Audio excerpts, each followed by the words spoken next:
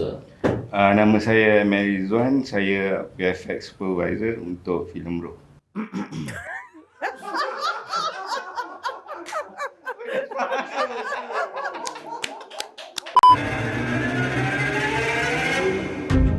Saya Ella Sandira, saya MUSFX untuk filem HARUM MALAM. Skrip dia memang banyak gila special effect. Kita ada kepala berlubang, nampak otak, perut terbelah, keluar usus-usus, mayat dia dengan mulut yang dah rompong, reput seminggu macam tu. CGI nak letak semut. Sebab Abang Din dia tak nak guna ulat. Kita orang bincang nak guna ulat, tapi dia cakap biasa sangat. Ulat selalu sangat filem-filem hantu. Something exciting untuk saya untuk filem ni adalah creature design hantu raya.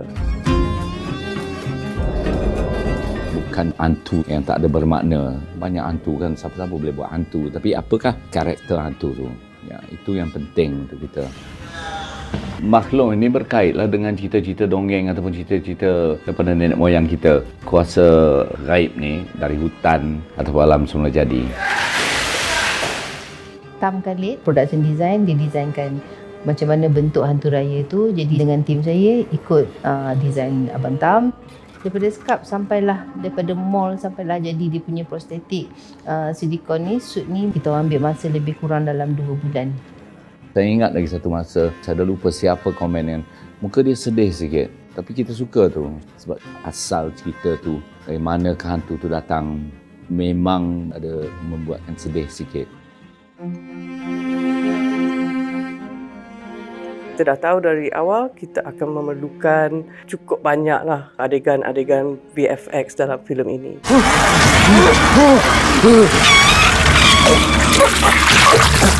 Basically kita ada 3 team untuk buat VFX. Kita ada Viper, kita ada Boxer dan saya jugalah.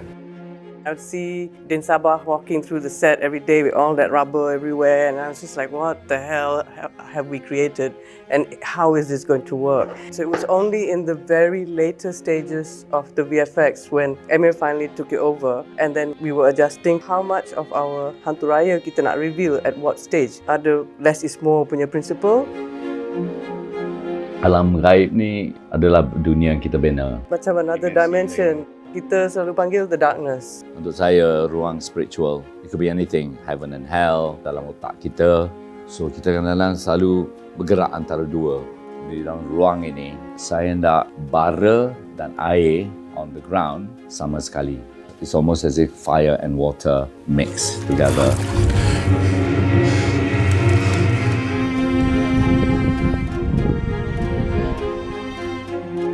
VFX for horror films are always quite difficult because it has to be very grounded. At the same time, it can't be too fantastical or beautiful because you don't want the VFX to draw any attention. Now that's what we always try to achieve also, right? Is so it doesn't look like VFX somehow. I think we try to put it in camera as much as possible, as realistic as we can. Then only VFX come in. For example, the tongue where we get the art department to build. For VFX, we can get the texture from it, also with the same lighting during that day. Yeah, it's like much easier to have a reference point on the set. Another thing that's quite hard on this film is a lot of these facial effects and everything are happening on moving shots, with moving faces, with moving expressions and all, and we're actually using some rather new technologies to make that happen. Sort of like AI, you're scanning the footage for movement, and then the computer does a lot of the work of making sure those textures stick onto the face. I think one shot would involve at least 3 to 4 artists. It seems so small that it had a 2D artist, a compositor, and you had to have tracking done. Used to be that because it's VFX, we need it to be still. The camera needs to lock. I never liked that way of working. It's always camera first, acting first. It sells so much better that it's worth the effort to deal with a moving camera, right? So one of these scenes, for example, when we first started, we used some stock footage of particles, modify the color and put it on, but because Dane was very nuanced about how he liked the motion and everything, that we actually made a particle system that we could control, that when we take notes, it's too fast, too slow, the movement needs to be a bit more noisy, we're able to fully control it.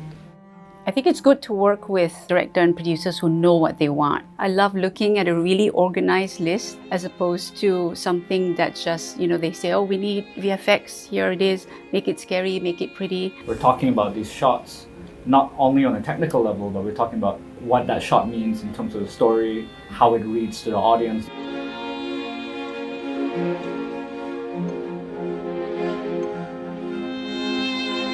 Untuk siapkan semua shot-shot VFX lebih kurang 6 bulan. So not bad dalam time kita dilanda COVID pandemic dengan lockdown.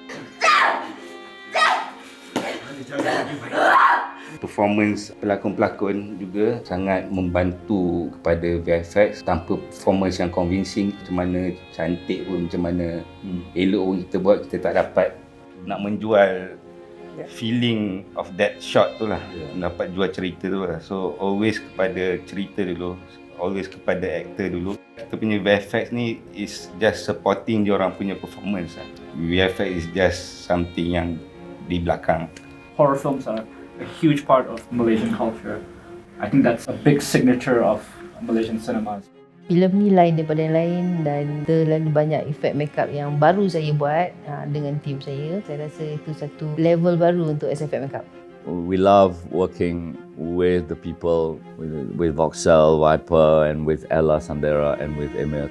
I am so proud of what our teams have achieved on this film. It's something extraordinary and exceptional, and it makes me a very proud Malaysian when I watch this film.